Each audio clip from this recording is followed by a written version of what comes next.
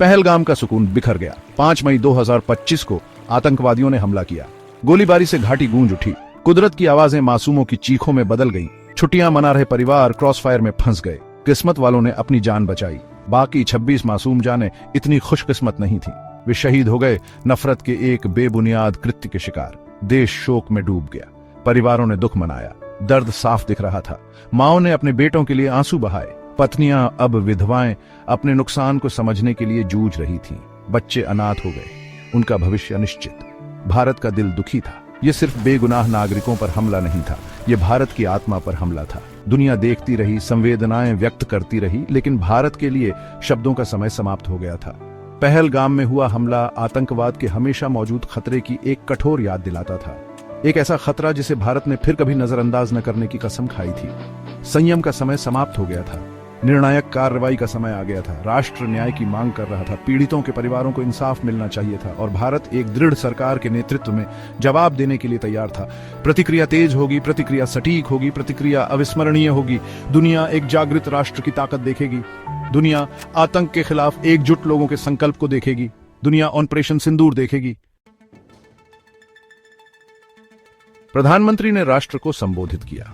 उनके शब्द संयमित लेकिन दृढ़ एक अरब लोगों के सामूहिक दुख और क्रोध के साथ प्रतिध्वनित हुए। हम नहीं भूलेंगे, हम माफ नहीं करेंगे, उन्होंने कसम खाई।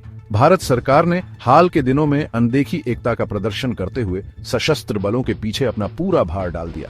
संदेश स्पष्ट था, गिरे हुए लोगों का बदला लो और उस आतंकी ढांचे को ध्वस्त कर दो जिससे भारत की शांति को खतरा है। भारत की प्रतिक्रिया के शीर्ष पर अजीत डोभाल, राष्ट्रीय सुरक्षा सलाहकार, एक ऐसे व्यक्ति थे जो अपनी रणनीतिक प्रतिभा और अटूट संकल्प के लिए जाने जाते थे। स्थिति की गंभीरता को समझते हुए डोभाल ने एक बहुस्तरीय रणनीति तैयार की जो केवल एक सैन्य हमले से आगे तक जाती थी। ये एक व्यापक प्रतिक्रिया होनी थी जिसका उद्देश्य आतंकी नेटवर्क को ध्वस्त करना और भारत को धमकी देने वालों को एक स्पष्ट संदेश भेजना था। खुफिया एजेंसियां जोर शोर से काम पर लग गईं। रिसर्च एंड एनालिसिस विंग ने अपने संसाधनों के नेटवर्क और अत्याधुनिक तकनीक का उपयोग करते हुए सीमा पार से संचालित आतंकी ढांचे का सावधानीपूर्वक मानचित्रण किया। सैटेलाइट इमेजरी, मानव खुफिया जानकारी द्वारा पुष्टि की गई, ने आतंकी शिविरों, प्रशिक्षण मैदानों और गोला बारूद के ढेरों के स्थानों को इंगित किया। कोई कसर नहीं छोड़ी जाएगी। ऑपरेशन का नाम सिंदूर रखा गया, एक ऐसा शब्द जो प्रतीकात्मकता से भरा है। सिंदूर विवाहित हिंदू महिलाओं द्वारा पहना जाने वाला सिंदूर का निशान सम्मान, साहस और पत्नी की भक्ति की ताकत का प्रतिनिधित्व करता है। यह ऑपरेशन राष्ट्र के सम्मान, उसके सैनिकों के साहस और उन परिवारों की अटूट भक्ति का बदला लेने के बारे में था जिन्होंने अपने प्रियजनों को खोया था। 6 मई 2025 की रात भयानक रूप से शांत थी। सीमा पार संचार की सामान्य चहल पहल थम गई थी। भारतीय हवाई क्षेत्र में गहराई में लड़ाकू जेट विमानों का एक बेड़ा तैयार खड़ा था।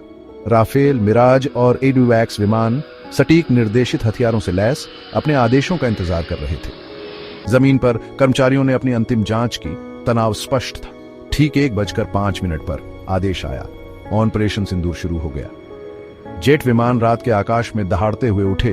उनके आफ्टरबर्नर उनके पीछे आग का निशान छोड़ गए। उनके निशाने नियंत्रण रेखा के पार रणनीतिक रूप से स्थित 9 आतंकी शिविर, जिनमें से प्रत्येक नफरत और हिंसा का अड्डा था। अचानक हमले का फायदा मिला। बेखौफ होकर काम करने वाले आतंकवादी पूरी तरह से बेखबर रह गए। एक एक करके निशाने को खत्म किया गया। निर्देशित बम, लेजर फोकस्ड आतंकवादियों के ठिकानों को मलबे में बदल दिया। रात का आकाश जो कभी सितारों से जगमगाता था, अब विस्फोटों की रोशनी से टिमटिमा रहा था। ऊपर मंडरा रहे ड्रोन ने हमलों का रियल टाइम फुटेज रिले किया, जिससे प्रत्येक लक्ष्य के विनाश की पुष्टि हुई। यह आक्रामकता का कार्य नहीं था, बल्कि भारत के ताने बाने को धमकी देने वालों के खिलाफ एक सर्जिकल स्ट्राइक थी। भाग 4, दुनिया ध्यान देती है। हमलों की खबर जंगल की आग की तरह फैल गई। रंगे हाथों पकड़ा गया पाकिस्तान इनकार और भ्रम की अपनी सामान्य चाल पर उतर आया। नागरिक हताहतों के दावों को भारत ने जल्दी से खारिज कर दिया, जिसने लक्षित हमलों के अकाट्य सबूत पेश किए। दुनिया ने सुना और इस बार उन्होंने भारत पर विश्वास किया। संयुक्त राज्य अमेरिका, फ्रांस और रूस सहित वैश्विक शक्तियों ने आत्मरक्षा के भारत के अधिकार के लिए अपना समर्थन व्यक्त किया। संयुक्त राष्ट्र, जिस पर अक्सर निष्क्रियता का आरोप लगाया जाता है, को ध्यान देने के लिए मजबूर होना पड़ा। पाकिस्तान ने खुद को विश्व मंच पर तेजी से अलग थलग पाया। उसके झूठ बेनकाब हुए। उसकी विश्वसनीयता चकनाचूर हुई। हालांकि भारत दृढ़ रहा। यह मान्यता प्राप्त करने के बारे में नहीं था, बल्कि एक स्पष्ट संदेश भेजने के बारे में था। भारत अब आतंकवाद को बर्दाश्त नहीं करेगा। मार सहने के दिन खत्म हो गए थे। भारत ने दुनिया को अपना संकल्प, अपनी क्षमता और अपने नागरिकों की सुरक्षा के प्रति अपनी अटूट प्रतिबद्धता दिखाई थी। भाग 5। भारत की सुरक्षा के लिए एक नई सुबह। ऑपरेशन सिंदूर केवल एक सैन्य अभियान नहीं था, यह भारत की सुरक्षा नीति में एक ऐतिहासिक क्षण था। इसने प्रतिक्रियात्मक से सक्रिय दृष्टिकोण में एक निर्णायक बदलाव को चिह्नित किया। भारत ने दिखाया था कि वह अब हमला होने का इंतजार नहीं करेगा। यह आतंक के केंद्र पर हमला करेगा, चाहे वह कहीं भी हो। यह नया मुखरता आक्रामकता से नहीं, बल्कि आवश्यकता से पैदा हुआ था। भारत, एक लंबे सहिष्णुता के इतिहास वाला राष्ट्र, ने कठिन तरीके से सीखा था कि तुष्टिकरण केवल आतंक की ताकतों को बढ़ावा देता है। ऑपरेशन सिंदूर 2016 और 2019 में पिछले सर्जिकल स्ट्राइक के साथ एक स्पष्ट संदेश भेजा। भारत अब एक आसान निशाना नहीं था। पूरे देश में लोगों ने पहलगाम के शहीदों की याद में मोमबत्तियां जलाईं। उनका बलिदान व्यर्थ नहीं जाएगा। ऑपरेशन सिंदूर ने उनकी मौत का बदला लिया था, और इससे भी महत्वपूर्ण बात यह है कि इसने भारत के लिए सुरक्षा के एक नए युग की शुरुआत की थी। एक ऐसा युग जहां भारत किसी भी खतरे का सामना करने और अपने भविष्य की रक्षा के लिए तैयार, मजबूत और दृढ़ता से खड़ा था।